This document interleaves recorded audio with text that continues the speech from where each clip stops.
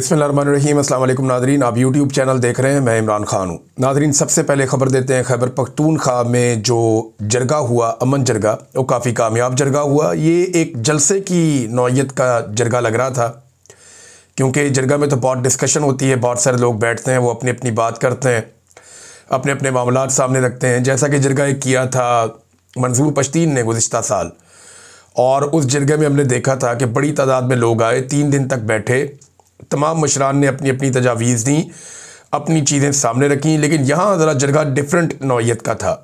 ये एक जलसे की तरह का जरगा था। कबायली अमायदीन मौजूद थे, वहाँ पे मशरान मौजूद थे, नौजवान मौजूद थे, मुख्तलिफ़ तनज़ीमों के लोग थे। पाकिस्तान तहरीक इंसाफ से ज़्यादा जो रंग था वो अमन के झंडों का था, यानी हर तरफ सफ़ेद झंडे नज़र आ रहे थे। और ये जब अमन के लिए आते हैं सब इकट्ठे होकर जरगा लेकर, तो सफ़ेद झंडों के साथ आते हैं। अब हमने ये देखा कि बहुत बड़ी तादाद में लोग आए, यानी जिस किस्म की उम्मीद थी पाकिस्तान तहरीक इंसाफ को या खैबर पख्तूनख्वा की हुकूमत को, उस नौइयत का जरगा हमने देखा। बड़ी तादाद में लोग थे, मुशरान थे, नौजवानों की बहुत बड़ी तादाद थी, इवन बुज़ुर्ग भी आए हुए थे। और यहाँ पे चंद चीज़ों के फ़ैसले हुए। सबसे इम्पॉर्टेंट चीज़ जो है वो खिताब था नए सीएम का। उन्होंने दहशतगर्दी के ख़िलाफ़ जो एक मामला चल रहे हैं खैबर पख्तूनख्वा में, उनको लेकर काफ़ी चीज़ों पे बात की। ना सिर्फ ये, बल्कि उन्होंने ये भी बताया कि मिलिट्री ऑपरेशन के हवाले से उनका एक वाज़ेह मौक़िफ़ या उनकी लीडरशिप का या कबायली अवाम का क्या है। ये चीज़ें मैं आपके सामने रखता हूँ। चंद चीज़ें आपको बताता हूँ, फिर कुछ चीज़ें ऐसी बताऊँगा जो अभी होनी चाहिए थी लेकिन सुहेल आफरीदी के गले पड़ेंगी, वो मैं आपको बताता हूँ। नंबर 1, 1947 से लेकर 9/11 तक कबायलियों ने पाकिस्तान की सरहदों की बिल्कुल मुफ्त में हिफाजत की, किसी को अंदर घुसने नहीं दिया। लेकिन 9/11 के बाद बंद कमरों में फ़ैसला करके हमसे पूछे बगैर कबायलियों पर पराई जंग मुसल्लत कर दी गई और कबायलियों को कुर्बानी का बकरा बना दिया गया। ये सुहेल आफरीदी साहब ने कहा। फिर उन्होंने कहा, पाकिस्तान पर कुर्बान होने और अमन के लिए हमने लब्बैक कहा, लेकिन हमारे घर, बाजार और हुजरे उजड़ गए, मस्जिदें शहीद हो गई, ऑपरेशन पर ऑपरेशन, ड्रोन पर ड्रोन, जेट तैयारों की बमबारी। हमारी औरतें, जिनके भाई ने भी उनके सर का बाल नहीं देखा था, वो नंगे पाँव इन सड़कों पर घूम रही थीं। अच्छा, ये सिचुएशन जो है ना, ये बहुत सारे और भी लोग बताते हैं, क्योंकि वहाँ पर्दे का बहुत रवाज है, ख़वातीन को लेकर बहुत हसास है। मैं जब कबायली इलाकों में कवरेज करने एक दफ़ा गया तो मुझे वहाँ कुछ मिलिट्री ऑफिसर्स ने बताया कि हमारे लिए सबसे मुश्किल ये होता है कि जब ख़वातीन साथ जा रही हो ना कबायलियों के, तो हम चेकिंग करना हमारे लिए सबसे मुश्किल और तकलीफ़देह काम है, क्योंकि इनकी जो पुरानी रवायात हैं वो रास्ते में आ जाती हैं और ये मरने मारने पर उतर आते हैं। तो सुहेल आफरीदी ने वो बात की है। फिर साथ उन्होंने कहा जी, सुहेल आफरीदी ने, कि कबायलियों की तारीख भरी पड़ी है, इस सरजमीन में अंग्रेज़ों की खोपड़ियाँ पड़ी हैं।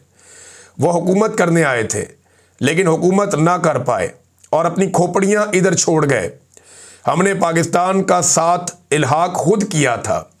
हम पाकिस्तानी थे, हम पाकिस्तानी हैं और हम पाकिस्तानी रहेंगे। ये जनाब सुहेल आफरीदी ने कहा। ये यानी मसला क्या है, इधर मिलिट्री एस्टेब्लिशमेंट है, वो कहती है जी हम भी पाकिस्तानी हैं और हम चाहते हैं पाकिस्तान को बचाएं। ये कबायली पश्तून है, ये कहते हैं जी हम भी पाकिस्तानी हैं और आपसे ज़्यादा मुहब्बे वतन है, हम भी चाहते हैं कि हमें बचाया जाए। इख्तलाफ पैदा हो जाता है। वो कहते हैं जी हमने मिलिट्री ऑपरेशन करना है, और ये कहते हैं जी इतने सारे मिलिट्री ऑपरेशन हो गए, इतने मिलिट्री ऑपरेशन हो गए कि हमारा सब कुछ तबाह हो गया।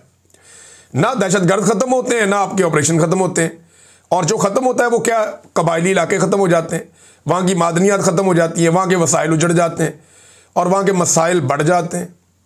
एक नई नस्ल जो है वो नई जंग के अंदर झोंक दी जाती है। अब उनका ये मसला है, वो कहते हैं जी हमें क्या मिला, ऑपरेशन पर ऑपरेशन, ऑपरेशन पे ऑपरेशन, ड्रोन पे ड्रोन, ड्रोन पे ड्रोन, जेट तैयारों की बमबारी। जब हमने नकल मकानी की तो हमसे वादे किए गए, लेकिन एक भी वादा हमारे साथ पूरा नहीं किया गया। फिर कुछ मुतालबात सुहेल आफरीदी ने रखे पब्लिकली सबके सामने। एक तो उन्होंने ये कहा कि ये जरगा किसी मिलिट्री ऑपरेशन को कबूल नहीं करता, ऑपरेशन बंद किए जाएं, और वहाँ मौजूद लोगों ने इसके ऊपर लब्बैक कहा कि जी बिल्कुल ठीक है, ऑपरेशन नहीं होने चाहिए। नंबर 2, उन्होंने कहा जी कि अब किसी कबायली की जान नहीं जाएगी, अगर जाएगी तो इसका हिसाब किताब होगा।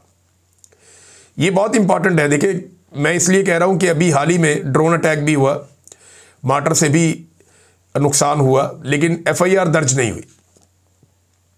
जो इमरान खान साहब का एक मुतालबा था अली अमीन गंडापुर से कि जब भी ड्रोन हमला हो तो FIR दर्ज की जाए, कार्रवाई की जाए, रुकवाया जाए इन चीज़ों को। अब सुहेल अफरीदी वज़ीर आला खैबर पख्तूनख्वा हैं, अभी तक तो वो अपनी काबीना भी नहीं बना पाए, पूरी तरह से पाँव जमाए भी नहीं, और ड्रोन हमला भी हो गया।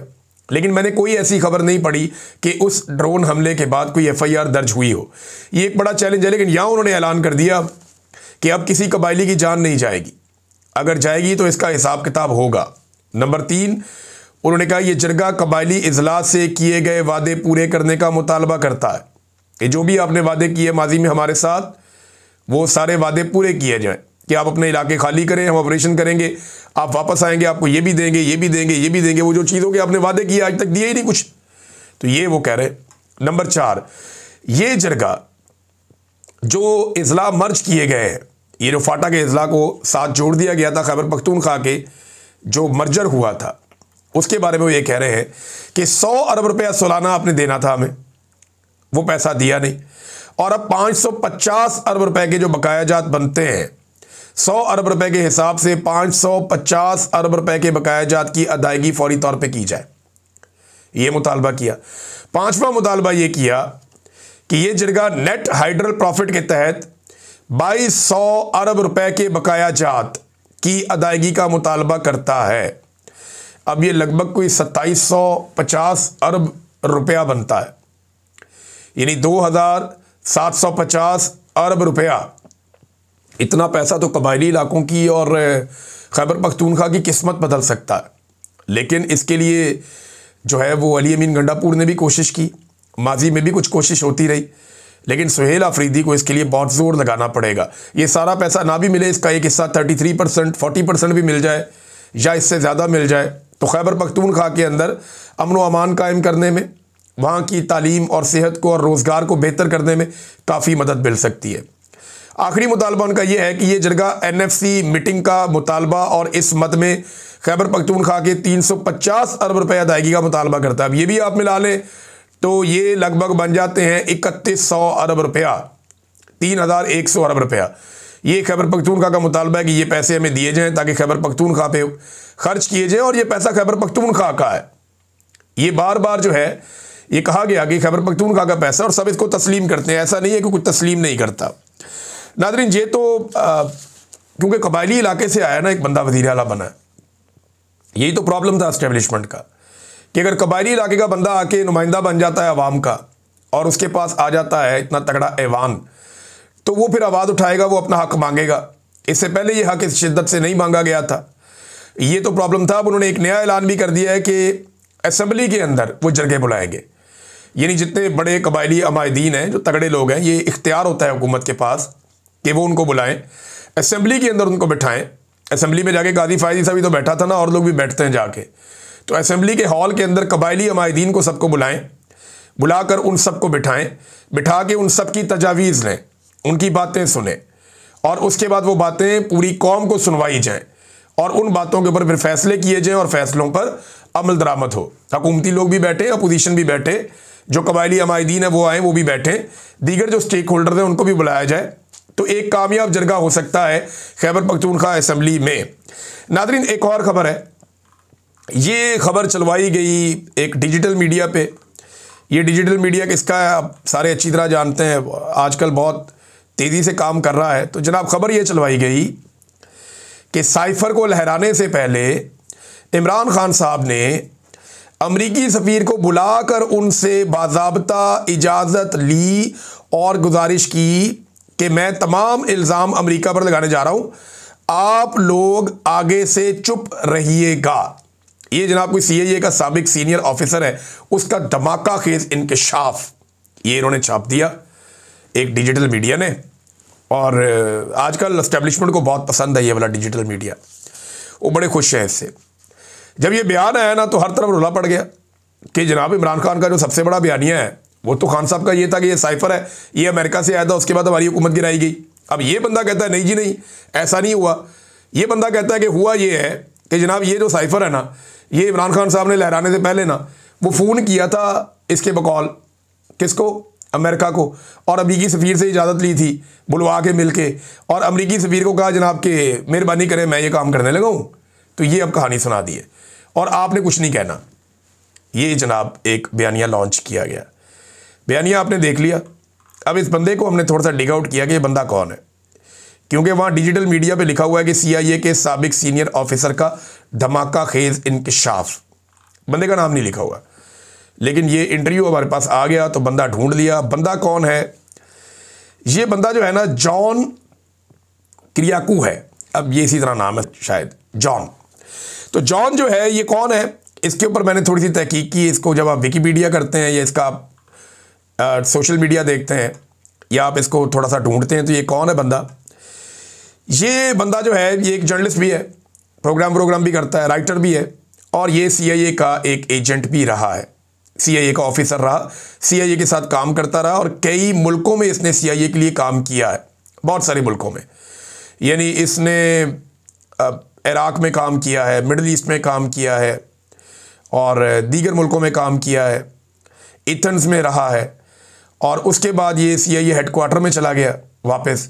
लेकिन फिर जब 9/11 हुआ तो उसके बाद इसको दोबारा भेजा गया पाकिस्तान में, और पाकिस्तान में इसको भेजा गया chief of counter terrorist operations बनाकर। और इस बंदे ने फैसलाबाद में एक ऑपरेशन भी किया था बड़ा मशहूर, जिसमें अबू जुबैदा नामी बंदा जो है वो पकड़ा गया था। ये मार्च 28 को 2002 में इसने फैसलाबाद में एक ऑपरेशन किया था, और उस ऑपरेशन के नतीजे में अलकायदा का कोई बंदा इन्होंने पकड़ा था वहाँ से। तो पाकिस्तान में CIA जो है वो ग्राउंड पे ऑपरेशन भी करती रही है। ये अगर कोई नहीं जानता तो वो देख ले, ये इंफॉर्मेशन अवेलेबल है। इस बंदे का सिर्फ ये एक बयान नहीं है, जो इस बंदे के इस बयान पे ढोल बजा रहे हैं ना, ज़रा वो इस बंदे का एक और बयान सुने, ये बड़ा इंटरेस्टिंग है। पहले मैं आपको बयान सुनाता हूँ, फिर मैं आपको उस बयान का तर्जुमा भी बताऊँगा कि वो क्या रहा है। ये ज़रा आप बयान सुने इसका। A senior Pakistani military officer told me recently that the Pakistani government has placed command and control of their nuclear arsenal under the command of an American general. And so that's good enough for the Indians. And the Indians have backed off. Good. So the threat that we had in 2002 of nuclear war between the two doesn't exist today. अच्छा जी, ये इसने एक interview में कहा, इसी बंदे ने interview में ये कह रहा है कि मुझे एक पाकिस्तान के सीनियर मिलिट्री ऑफिसर ने बताया कि जो कंट्रोल है पाकिस्तान के एटम बम का या एटमी असासों का कंट्रोल, ये एक अमरीकी जनरल के हाथ में दे दिया गया, और अब इंडिया और पाकिस्तान के बीच में किसी किस्म का कोई जंग का खतरा नहीं है। ये जनाब 2004 तक पाकिस्तान में CIA के मिशन का हेड रहा है, और ये बंदा कह रहा है कि जो पाकिस्तान के एटमी असासे हैं इनका कंट्रोल, अगर आपने इसका एक बयान मानना है कि इमरान खान ने साइफर सफ़ीर को दिखा के हिलाया, तो फिर आप इसका ये बयान भी सच मानेंगे। एक आदमी एक वक्त में सच और एक वक्त में झूठ तो नहीं बोलता ना। अगर वो इंकशाफात कर रहा है तो ये इंकशाफ भी सुन ले। एक इंकशाफ इस बंदे ने ये किया कि इमरान खान ने साइफर लहरा के जनाब उससे पहले अमरीकी सफ़ीर से पूछा था, इजाज़त ली थी, फिर लहराया, यानी अमरीका के साथ मिलकर किया। दूसरे बयान में ये बंदा ये कह रहा है कि पाकिस्तान के एटमी असासे एक अमरीकी जनरल के कंट्रोल में हैं, और पाकिस्तान इंडिया के खिलाफ कोई एटमी धमाका नहीं कर सकता क्योंकि अमेरिका के कंट्रोल में है एटमी असासे। ये भी यही बंदा कह रहा है। अब या तो आप इसकी दोनों बातें मान लें या आप कहें ये बंदा झूठा है। अब ये सेलेक्टिव नहीं हो सकता कि यहाँ कहें जी ये बंदा बिल्कुल ठीक है, यहाँ कहें जी ये बंदा बिल्कुल गलत है। और वो दावा कर रहा है कि उसको पाकिस्तानी जरदैल ने कहा। अच्छा, जो इमरान खान के बारे में इसने दावा किया ना, उस पर कुछ हकायक सामने आए। शहजाद अकबर साहब भी लेकर आए, और ये पाकिस्तान तहरीक इंसाफ ने भी सामने लाके कुछ रखे इसके हवाले से हकायक। अदर मशवानी साहब, उन्होंने भी इसके हवाले से कुछ हकायक दिए। वो ये कहते हैं कि इन लोगों को समझ ही नहीं आ रही इतनी सी बात कि इमरान खान के दौर में पाकिस्तान में अमरीकी सफ़ीर था ही नहीं, तो फिर वो कौन सा सफ़ीर था जिससे इमरान खान साहब ने मिलकर इजाज़त मांगी थी? कौन सा सफ़ीर था जिससे इमरान खान ने मिलकर इजाज़त मांगी थी? इमरान खान के दौर में तो पाकिस्तान में अमेरिका का सफ़ीर था ही नहीं। दूसरा, इसने एक और दावा किया कि जमायमा इमरान खान को छुड़ाने को पाकिस्तान आई। अब सवाल ये पैदा होता है कि जमायमा इमरान खान को छुड़ाने पाकिस्तान आई, जमायमा तो पाकिस्तान आई ही नहीं। यानी अजीबोगरीब किस्म के यहाँ पे बयानिए हैं। वो शहजाद अकबर साहब कह रहे हैं जमाइमा पाकिस्तान तो आई ही नहीं, फिर इमरान खान ने साइफर तो हुकूमत में जाने के बाद मंजर आम पर लाया। नहीं, वो 27 मार्च को इमरान खान साहब ने लहराया था और हुकूमत इमरान खान साहब की गई थी 9 और 10 अप्रैल को दरमियानी रात में। तो हमारे दौर में तो पाकिस्तान में अमरीकी सफीर था ही नहीं, और सबसे बढ़कर पहले चूरन बेचा के अमरीका से ताल्लुकात ख़राब कर दिए, और अब बेच रहे हैं कि सब अमरीका के साथ मिलकर किया। अच्छा, वैसे ये भी मुझे समझ नहीं आती कि कहानी इनकी टिकती नहीं है एक जगह पे।